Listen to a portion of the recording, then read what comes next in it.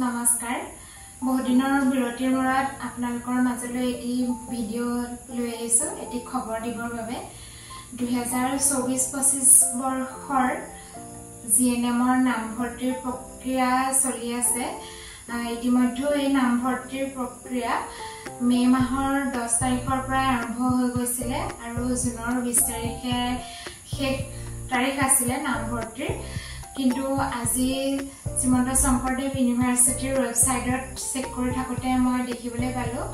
ডেটটো বহাই দিছে জুনৰ 30 তাৰিখে গতিকে যি সকলে জুনৰ 20 তাৰিখে লাষ্ট ডেট বুলি ভাবি অনলাইন কৰিবলৈ থাকি গৈছিল তেওঁলোকৰ বাবে সুখবৰ তেওঁলোকে এতিয়া অনলাইন কৰি ল'ব পাৰিব যিহেতু 30 জুন লাষ্ট ডেট আৰু যেহেতু 20 জুনৰ তাৰিখে লাষ্ট ডেট দিয়া হৈছিল আগৰ আপডেটটো আৰু সেই আপডেটটো জুলাইৰ 1 তাৰিখে এডমিট এভেইলেবল হ'ব বুলি দিয়া হৈছিল কিন্তু এতিয়া যেহেতু ডেট 30 তাৰিখলৈকে বহাই দিছে হয়তো এতিয়া 1 তাৰিখেও এডমিট এভেইলেবল হ'ব পাৰে হয়তো 2-4 দিন অলপ পিছ পৰিব পাৰে তেওঁলোকে ৱেবছাইটত চেক কৰি থাকিলে ডেটটো জানিব পাৰিব আৰু ময়ো পাৰিলে ইয়াতে আপডেটটো দি দিম যদি এডমিট এভেইলেবল হৈ যায় গতিকে যি সকলে নামভৰ্তিৰ বাবে অনলাইন কৰিবলৈ থাকি গৈছিল তেওঁলোকে অনলাইন কৰি ল'ব পাৰিব আৰু সেই অনলাইনৰ ফিজ হৈছে জেনেৰেল কাষ্টৰ বাবে 1500 টকা আৰু এসটি এসসি ওবিসি এমওবিসি আৰু টাই আহোম কোচ ৰাজবংশী মৰাণ মটক এই সকলক ধৰি তেওঁলোকৰ অনলাইন ফিজ হ'ব 1200 টকা আৰু এই পেমেন্ট মেথডটো তেওঁলোকে অনলাইনে কৰিব লাগিব যেহেতু তেওঁলোকে এই অনলাইনটো কৰিবৰ কাৰণে ওচৰৰ কম্পিউটাৰ দোকানত গৈ তেওঁলোকে যোগাযোগ কৰিলে তেওঁলোকে অনলাইন কৰি ল'ব পাৰিব আৰু পেমেন্ট মেথডটো তাত গলে তেওঁলোকে গম পাব আৰু কোৰ্সটোৰ ডিউৰেচন হৈছে 3 বছৰীয়া নাৰ্সিং কোৰ্সটো আৰু এইবাৰ টোটাল সিট হৈছে 1260টা বৰ্তমানলৈকে যেটো আপডেট দিয়া আছে তাত 1260টা হয়তো তাতকে বহায়ও দিব পাৰে কমায়ও দিব পাৰে এই বিষয়ে ক'ব নোৱাৰি কিন্তু বৰ্তমানলৈকে যেটো আপডেট আছে তাত 1260টা বুলি দিয়া হৈছে আৰু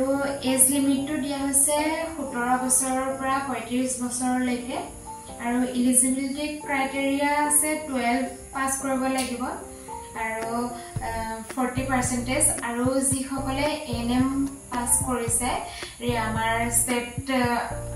ইউনিভাৰ্চিটি আন্ডাৰ বা ৰিকগনাইজ বৰ্ডৰ পৰা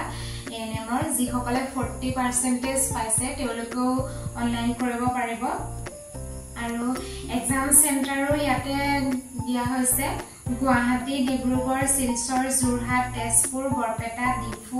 ধুবুৰী লখিমপুৰ আৰু কোকৰাঝাৰ এইকেইটা চেণ্টাৰত গৈ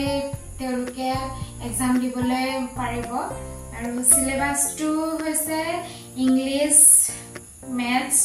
আৰু জেনেৰেল সায়েন্স 12 ষ্টেণ্ডাৰ্ড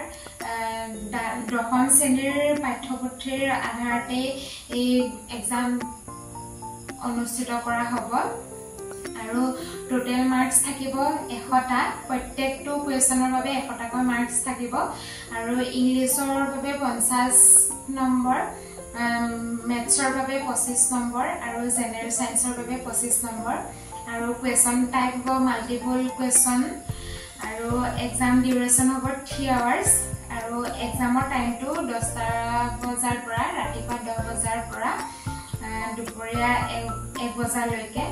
আৰু এই কোৱেশ্যন পেপাৰ আসামিজ আৰু ইংলিছ দুইটা ভাষাতে উপলব্ধ হ'ব আৰু তেনেকুৱা কোনো নিগেটিভ মাৰ্কিং নাথাকিব প্ৰত্যেকটো কোৱেশ্যনৰ বাবে